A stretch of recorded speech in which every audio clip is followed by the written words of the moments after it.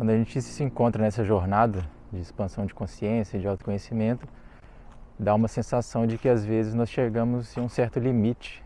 Parece que a gente estagna, não sabe mais o que fazer e a gente é tomado por um vazio existencial. E a gente se pergunta, né, o que tem agora? O que eu tenho que fazer agora, depois que eu já li tantos livros, já expandi a consciência, descobri tantas coisas, o véu da ilusão caiu, mas eu ainda me encontro perdido. Hoje nós vamos falar um pouquinho sobre isso, como a gente volta para os trilhos e retoma essa caminhada rumo ao verdadeiro propósito. Então, quando a gente se encontra nessa busca, a gente tende a realmente mergulhar nesse processo com muito estudo, muita dedicação, muitas coisas novas a gente acaba descobrindo, e isso faz com que a gente abandone certos padrões, certos convívios, coisas que antes preenchiam a nossa existência e agora não fazem mais sentido. Então, isso é uma das grandes causas que esse vazio, essa sensação de vazio toma conta do nosso ser. E a gente não sabe, né, o que eu vou colocar no lugar. Se eu tento fazer alguma coisa, aquele algo não me satisfaz mais. Se eu tento me reconectar com aquelas amizades antigas, isso também já sinto uma desconexão forte. E aí que entra. Nós precisamos de alguma prática espiritual.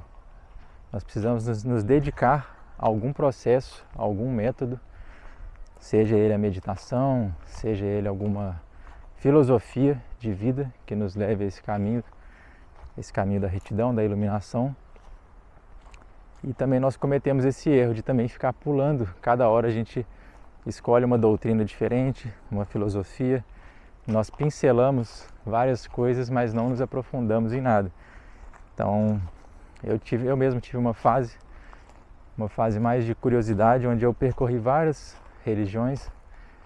Fui na igreja evangélica, no budismo, centro de Umbanda, espiritismo, Hare Krishna e assim por diante, com o intuito de descobrir, encontrar algo que me preenchesse, algo que ressoasse com o meu ser, com a minha visão, minha filosofia de vida. E no meio do caminho eu encontrei alguns que foram suficientes ali para aquele momento, foram importantes, mas que também eu deixei para trás. Fui buscando outras coisas. E ao longo do processo eu fui percebendo que eu não me aprofundava verdadeiramente em nenhum deles. Por mais que alguns eu passava um período maior, eu logo depois, um pouco tempo depois, eu já me afastava, encontrava algumas coisas ali que não faziam tanto sentido. E um dos motivos também é porque eu sempre tive essa filosofia de que as religiões, elas acabam sendo uma prisão para o ser. Se a gente pega essa religião e fica com ela até o resto da vida, é como se a gente estivesse fechado a todas as outras religiões ou a todas as outras possibilidades e filosofias que existem. Então essa visão me ajudou bastante também para que eu me conectasse e tirasse uma série de preconceitos. Mas inevitavelmente a gente chega a um momento que precisamos escolher algo. Quando eu falo escolher algo, não necessariamente é uma religião, você não tem que se filiar a nada, a uma ordem iniciática, nada nesse sentido. Pode ser, se você decidir que assim seja, mas que você pegue um método que algum mestre seguiu, algum sábio, algum guru, que o levou a esse caminho da iluminação, da retidão.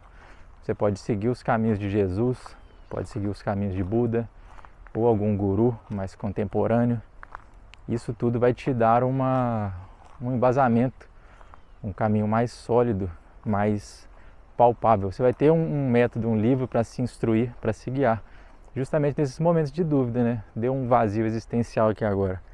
O que eu faço? Quem eu vou consultar? Às vezes a gente consulta as escrituras, né? Consulta algum livro, mas nem sempre ele vai ter aquela resposta que a gente busca.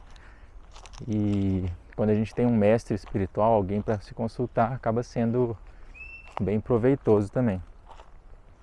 Outro problema é que aqui a gente não tem muito essa cultura, né, do mestre, do guru com o discípulo. Isso deriva mais da cultura oriental. Então o que a gente teria aqui seria um aconselhamento com um padre, com um pastor. Nós íamos num confessionário ali da Igreja Católica e isso acaba não nos preenchendo muito, né? A gente precisa de um conselho um pouco mais amplo. Aquilo ali ainda chega até um certo limite.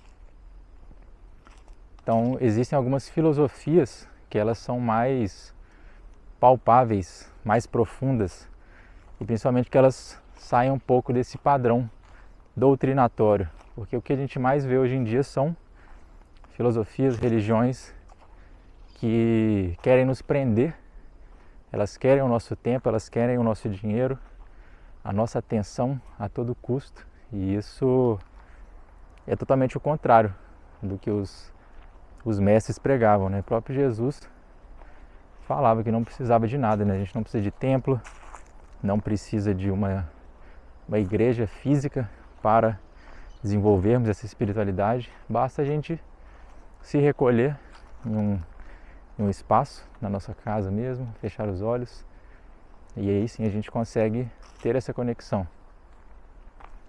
Então, esse preenchimento do vazio existencial se vem através disso. Então, como eu falei, né? Talvez você mergulhar numa prática da meditação, o que eu mais vi que faz sentido até hoje, que os grandes mestres também falam, é justamente a meditação. Ela é como se fosse a fronteira final, o caminho, o limiar da nossa transcendência. Como a gente consegue, né, transcender essa fisicalidade das coisas, como a gente acessa o divino, se conecta com Deus. Até a própria oração, quando a gente faz uma oração, a gente fecha os olhos e desconecta desse mundo aqui momentaneamente, é como se fosse um início de uma meditação. Então, quando a gente vai avançando cada vez mais nessas etapas, né, tem diversos caminhos assim da meditação, técnicas diferentes, e a própria meditação em si, quando ela incorpora o nosso ser, a nossa vida vira um completo estado meditativo, contemplativo, e não mais uma técnica de sentar. Você vai sentar no chão, fechar os olhos e respirar. Isso é uma técnica introdutória, mas a verdadeira meditação é o estado de plenitude, estar vivendo, vivenciando isso aqui, vivenciando a natureza, contemplando cada folha, cada árvore, cada átomo, cada ser que habita. Quantos seres tem aqui nessa floresta, né? Quantos insetos? É infinito. Só de formigas vão ter milhões, se não forem bilhões de formigas que estão aqui só nesse espaço, em um parque de milhões de parques que existem no planeta. E a gente vai se esquecendo do que são esses seres, do que é essa conexão nossa, do que é essa vida aqui, né? O que nós estamos fazendo aqui. Nós somos realmente esse corpo, ou nós estamos numa simulação, isso aqui é um grande computador, ou se eu desligar aqui esse sistema, né, se eu morrer aqui agora, vai ficar uma tela preta e nada vai acontecer, né? Ou será que aí eu vou descobrir a minha verdadeira forma, né? Talvez eu estou em um outro plano da existência, que eu tenho uma forma completamente diferente, eu sou azul e tenho 5 metros de altura. Tudo isso pode acontecer, né? Pode ser diferentes possibilidades de realidade. E é isso que aguça essa curiosidade e essa busca. Não que a gente vai querer buscar, né, as respostas, porque aqui nesse plano a gente também não vai conseguir encontrar todas essas respostas, mas essa curiosidade é o que nos move, de nós não aceitarmos essa realidade aqui, que nós somos apenas isso. Porque se a gente vive apenas com essa realidade aqui, a gente vive de uma forma mais inconsequente, a gente acaba fazendo as ações aqui sem pensar muito no que a gente vai deixar como legado, que vai ficar aqui, né, para as outras gerações, né, para os filhos, para os netos, e mesmo que não sejam familiares, né, as pessoas que herdarão essa terra, que ficarão aqui nessa existência. E nós nos tornamos egoístas quando a gente não tem essa visão ampla do todo, de que voltaremos, né, a uma fonte divina ou que até que exista uma divindade mesmo. Nós precisamos que haja um intermediário. A maioria de nós precisa de um Deus, de um ser divino, para que ele seja essa ponte a algo maior. Muitos falam que a gente não precisa também desse ser divino, é como se nós nos enxergássemos como esse Deus, todos somos um, que todos aqui são Deus ao mesmo tempo. E isso é uma filosofia interessante, muito verdadeira, mas a gente entende ela intelectualmente. Só que como que a gente transfere isso para as ações, para o coração, né? Como a gente trata as pessoas? Se você vê uma pessoa ali na rua com uma necessidade, ou você tem alguma pessoa próxima, né, um parente ali precisando de ajuda, e às vezes a gente ignora. Nós vemos as notícias e vemos que tem pessoas sofrendo e nós ficamos indiferentes a isso. Sofrimento animal, tem vários animais aí sendo explorados, morrendo, sendo abatidos, sendo torturados, e a gente vai desensibilizando de uma forma que a gente cada vez vai se tornando egoísta, né? Então esse despertar é necessário. Essas doutrinas, essas segmentações, essas vivências mais profundas que são necessárias para que a gente realmente entenda e tenha todas essas respostas. Enquanto a gente ficar saltando de galho em galho, como eu disse, nós vamos ter essa sensação de que estamos progredindo, mas nós estamos ficando muito generalistas, pegando um pouquinho de cada coisa, não entendendo realmente o que tem no universo, no todo, né? no mais profundo do nosso ser, da nossa existência. E a gente vai mais alimentar o nosso ego, né? Eu sei muito, eu já frequentei vários locais, eu já fiz várias técnicas, eu sei todas as técnicas holísticas da atualidade, já li todos os autores místicos, os psicólogos e tudo, sei de todas as áreas, mas e aí?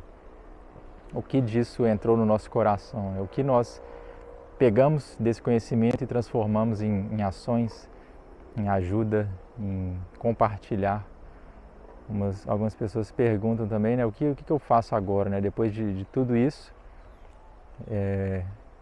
Já estudei e essa sensação, né, do vazio mesmo, foi até um comentário de uma pessoa, eu até respondi para ele,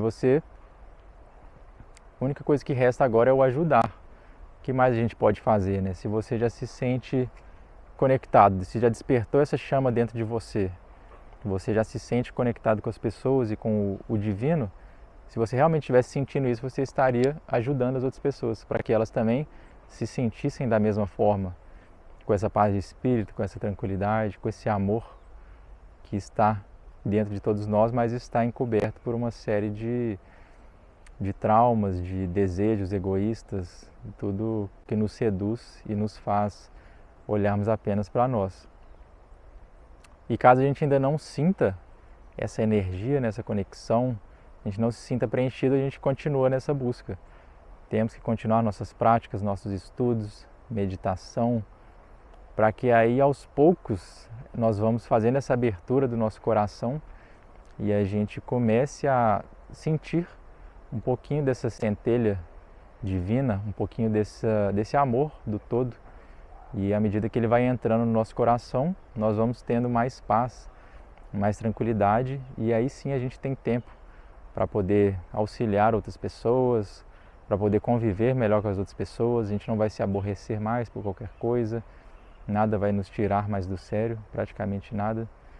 E é necessário a gente ter essa sinceridade, né? Como eu estou me sentindo agora, porque a gente cai nessa ilusão, né? Eu já me iluminei, eu já despertei, mas isso é só um vislumbre, né? Às vezes a gente tem uma experiência que seria um vislumbre desse despertar, né? Eu tive um contato divino com a ayahuasca, ou quando eu usei um cogumelo, ou quando eu fumei uma cannabis, e isso vai fazendo a gente se enganar, né? Então esse já é o ápice da experiência, não tem nada além disso. Mas isso é só um aperitivo, um gostinho. E a verdadeira espiritualidade, esse verdadeiro aprofundamento se dá com a disciplina. Não tem como a gente fugir dessa disciplina de meditar todos os dias, de praticar boas ações, de ajudar as pessoas, de dar um bom dia, de acolher as pessoas.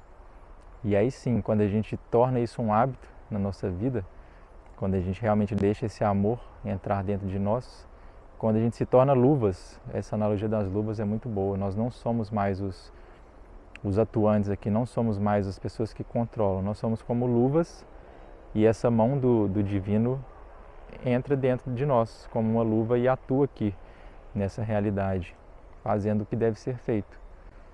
E isso vai contra os nossos desejos egoístas da maioria das vezes, né? Nós queremos isso porque eu quero e tem que ser do meu jeito, na hora que eu quero.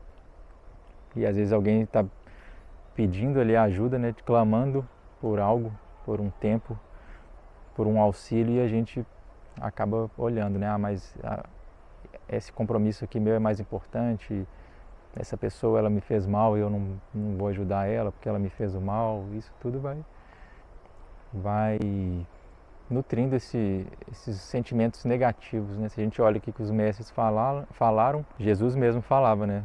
Ame o próximo como a ti mesmo. E a gente não consegue fazer isso de forma alguma, né? Porque a gente também não está se amando da forma verdadeira, né? Quando a gente transborda esse amor dentro de nós, nós conseguimos colocar um pouco nas outras pessoas. Então, por mais que a gente também não esteja com esse amor próprio totalmente desenvolvido, não significa que a gente também não possa ajudar. A gente tem que fazer esse exercício. Às vezes nós executarmos esse trabalho altruísta, essa ajuda desinteressada às outras pessoas, isso começa a despertar uma chama em nós. A gente vai exercitando esse inegoísmo e naturalmente a gente vai se tornando esse ser mais amoroso. Tem as duas vias, mas a gente nunca pode esquecer do amor próprio. Essa é a essência de todo ser, né? De toda a paz de espírito que a gente possa obter. E aí sim a gente consegue liberar essa angústia, esse vazio existencial, tudo isso que nos prende nesse ciclo de sofrimento. E com vários seres vibrando nessa mesma frequência de sofrimento, de negatividade, de egoísmo, é o resultado que a gente vê agora no nosso planeta. Guerras, brigas, desentendimentos, interesses próprios, pessoas querendo acumular cada vez mais patrimônio e não olhando para as outras classes da sociedade, as grandes potências explorando os países menores, o continente africano abandonado, os países de terceiro mundo, os países aqui da América do Sul e vários outros que têm uma condição muito precária, justamente porque tem grandes potências que estão usufruindo da nossa mão de obra, do nosso trabalho semi-escravo para manter os luxos dos poderosos. E enquanto a gente não exercitar esse potencial amoroso que tem dentro de nós, começando por nós, não esperando que os grandes governantes, os poderosos vão mudar. Muito difícil, ainda mais que eles estão com esse poder, com esse dinheiro todo, é muito mais complicado.